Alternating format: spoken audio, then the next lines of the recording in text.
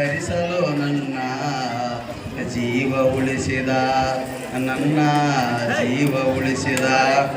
ಮೊದಲಿಗೆ power star Puneeth ಸಾಮಾಜಿಕ ಕಳಕಳಿ ಇರ್ತಕ್ಕಂಥವರನ್ನು ನಾನು ಮನದಲ್ಲಿ ಸ್ಮರಿಸಿಕೊಳ್ಳುತ್ತಾ, ಇವತ್ತಿನ ದಿನ ವಿಶೇಷವಾಗಿ ಸರ್ಕಾರಿ ಮಾದರಿಯ ಪ್ರಾಥಮಿಕ ಶಾಲೆ ಕಿರ್ದಳ್ಳಿ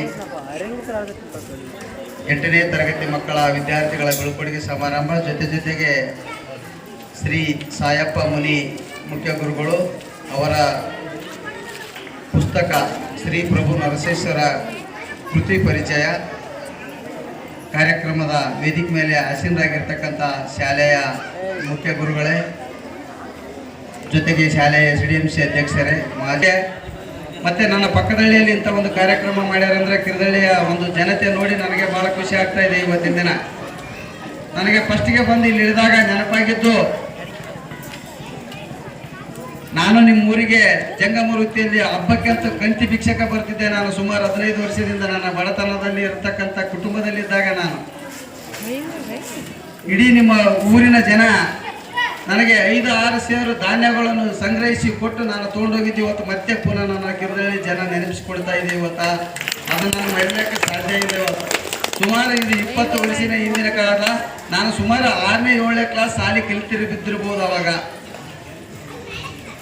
ಅದಕ್ಕೆ ಇವತ್ತಿನ ದಿನ ಇಂಥ ಒಂದು ಬೀಳ್ಕೊಡುಗೆ ಸಮಾರಂಭ ತಮ್ಮ ಶಾಲೆಯಲ್ಲಿ ಇಟ್ಟು, ಜೊತೆಗೆ ಅವರ ಹಳೆಯ ವಿದ್ಯಾರ್ಥಿಗಳು ಏನು ಇವತ್ತು ಸಾಯಪ್ಪ ಮುನಿ ಸರ್ ಅವರು ಕರೆಸಿ ಅವರ ಕೃತಿ ಪರಿಚಯ ಮಾಡಿಸ್ಬೇಕು ನಾವು ಬಿಜಾರ ಸರ್ ಕಡೆಯಿಂದ ಅಂತ ಒಂದು ಆಸೆ ಪಟ್ಟು, ಇದಕ್ಕೆ ಸಾಕಷ್ಟು ಶಾಲಾ ಶಿಕ್ಷಕ ಸಿಬ್ಬಂದಿ ವರ್ಗ ಮತ್ತು SDMC ಅವರು ಸಾಕಷ್ಟು ಶ್ರಮ ವಹಿಸಿ ಇವತ್ತು ಕಾರ್ಯಕ್ರಮ ಆಯೋಜನೆ ಮಾಡಿದ್ದೀರಿ. ಭಾಳ ಖುಷಿ ಪಡ್ತಕ್ಕಂಥ ವಿಷಯ, ಭಾಳ ಸಂತೋಷ ಪಡ್ತಕ್ಕಂಥ ವಿಷಯ. ಇವತ್ತಿನ ದಿನ ಸಾಯಪ್ಪ ಮುನಿ ಸರ್ ಅವರು ನಿಮ್ಮೂರಲ್ಲಿ 8 ವರ್ಷಗಳ ಸೇವೆ ಕಲ್ತಿದ್ದಾರೆ. ನಮ್ಮ ದೌಲತ್ ಸರ್ ಅವರು ಮುಖ್ಯ ಶಿಕ್ಷಕರಿದ್ದಾಗ, ಸರ್ ಅವರು ಮುಖ್ಯ ಶಿಕ್ಷಕರಿದ್ದಾಗ ನಾನು 11ನೇ ತರಗತಿ ಶಾಲೆ ಕಲಿಯುವಂಥ ಸಂದರ್ಭದಲ್ಲಿ ಅವರ ಕೈಯಲ್ಲಿ ನಾನು ಚಿನ್ನರಂಗಳ ಪ್ರೇರಕನಾಗಿ ಕೆಲಸ ಮಾಡಿದ್ದೀನಿ, ತರಬೇತಿಗಳನ್ನು ಪಡೆಯುತ್ತಾ. ಅವರ ಕೊಟ್ಟಂಥ ಮಾರ್ಗದರ್ಶನ, ಅವರ ಕೊಟ್ಟಂಥ ಇವತ್ತು ಏನು ಸಲಹೆಗಳಿಂದ ನಾವು ಈ ಮಟ್ಟಕ್ಕೆ ಬೆಳೆದಿದ್ದೇವೆ.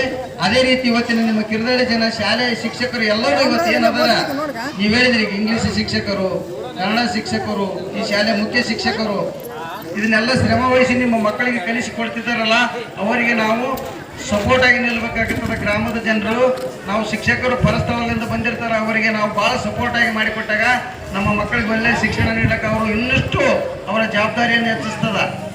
ಆ ನಿಟ್ಟಿನಲ್ಲಿ ಇವತ್ತೇನು ಮಾಡಿದಿರಿ, ಶಾಲಾ ವಾರ್ಷಿಕೋತ್ಸವ ಮಕ್ಕಳು 8ನೇ ತರಗತಿ ಮುಗಿಸಿದ್ದಾರೆ.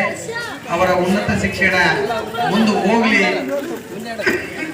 ಮುಂದುವರಿಯಲಿ ಅನ್ನೋ ಒಂದು ಉದ್ದೇಶ ಇಟ್ಟುಕೊಂಡು ಇವತ್ತು ಕಾರ್ಯಕ್ರಮ ಆಯೋಜನೆ ಮಾಡಿದ್ದಾರೆ.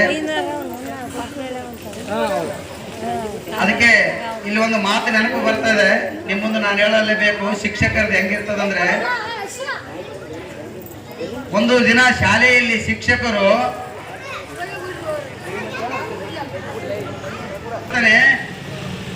ವಾಚು ಕದ್ದಿರ್ತಾನೆ. ಶಿಕ್ಷಕ ಆದವನು ಹುಡುಕಿ ಕೊಡ್ಬೇಕಲ್ಲ, ಸರ್ ನನ್ನ ವಾಚ್ ಕದ್ದಿದ್ದಾರೆ. ಅವಾಗ ಶಿಕ್ಷಕ ಯೋಚನೆ ಮಾಡಿ, ನಿಮ್ಮೆಲ್ಲರಿಗೆ ಕಣ್ಣು ಕಟ್ತೀನಿ, ನಿಮ್ಮೆಲ್ಲರಿಗೆ ವಸ್ತ್ರದಿಂದ ಕಣ್ಣು ಕಟ್ಟಿ ನಾನು ವಾಚ್ ಯಾರು ಕಳು ಮಾಡಿದ್ದೀನಿ ಅಂತ ಚೆಕ್ ಮಾಡ್ತೀನಿ. ಹಾಗೆ ಆಗಲಿ ಅಂತೇಳಿ ಎಲ್ಲ ಮಕ್ಕಳಿಗೆ ಸುಮಾರು 20-30 ಮಕ್ಕಳಿಗೆ ಕಣ್ಣು ಕಟ್ಟಿ ಚೆಕ್ ಮಾಡ್ತಾರೆ. ವಾಚ್ ಸಿಗುತ್ತದೆ, ಅವನಿಗೆ ತಲುಪಿಸ್ತಾರೆ. ಅದನ್ನು ಅಲ್ಲಿಗೆ ಮರೆತು ಹೋಗುತ್ತೆ.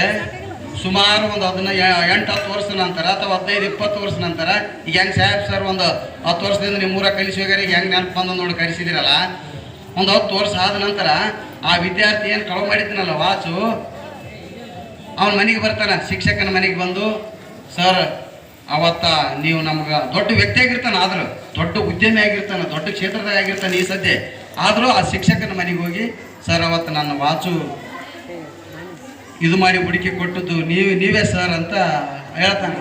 ಅವಾಗ ಆ ಶಿಕ್ಷಕ ಏನು ಹೇಳ್ತಾನೆ ಗೊತ್ತೇನೋ, ನನಗೆ ಗೊತ್ತಿಲ್ಲಪ್ಪ, ನಿಮ್ಗೆಲ್ಲರಿಗೆ ಕಣ್ಣು ಕಟ್ಟಿ ಹುಡುಕೋಬತ್ತಿ, ನಾನು ಕಣ್ಣು ಕಟ್ಟೆ ಹುಡ್ಕೊಂಡಿನಿ, ನೀನೇ ಅಂತ ನನಗೆ ಗೊತ್ತಿಲ್ಲ ಅಂತ ಶಿಕ್ಷಕ ಹೇಳ್ತಾನೆ. ಅಂದರೆ ಅರ್ಥ, ಶಿಕ್ಷಕನಾದವನು ಎಲ್ಲ ಮಕ್ಕಳಿಗೆ ಸುಳ್ಳು ಕಳ್ಳು ಕಲಿಸ್ಬೇಕಂತಿಲ್ಲ, ಒಳ್ಳೆಯದನ್ನೇ ಕಲಿಸ್ತಾನೆ. ಆ ಶಿಕ್ಷಕ ಅವತ್ತ ತಾನು ಕಣ್ಣು ಕಟ್ಕೊಂಡೇ ಹುಡುಕಾಡಿದ್ದಾನೆ. ಅಂದರೆ ಶಿಕ್ಷಕರಾದವ್ರು ಹೆಂಗಿರ್ತಾರೆ ಅಂದರೆ ಎಲ್ಲ ಮಕ್ಕಳಿಗೆ ಒಳ್ಳೆ ಶಿಕ್ಷಣ ಕೊಡಬೇಕನ್ನೋ ಉದ್ದೇಶ, ಇಲ್ಲಿ ಯಾವುದು ಭೇದ ಭಾವ ತಾರತಮ್ಯ ಯಾವ ಶಿಕ್ಷಕರು ಇವತ್ತು ಜಗತ್ತಿನಲ್ಲಿ ಮಾಡ್ತಿಲ್ಲ ಅಂತ ನಾನು ಅನ್ಕೊಳ್ತಾ ಇದ್ದೀನಿ. ಅಂತ ಇವತ್ತು ಶಿಕ್ಷಕರು ನಿಮ್ಮ ಶಾಲೆಯಲ್ಲಿ ಮಕ್ಕಳಿಗೆ ಬೋಧನೆ ಮಾಡ್ತಾ ಇದ್ದಾರೆ. ನೀವೆಲ್ಲ ಮುದ್ದು ಮಕ್ಕಳು ಭಾಳ ಚೆನ್ನಾಗಿ ಶಿಕ್ಷಣ ಕಲಿಬೇಕು.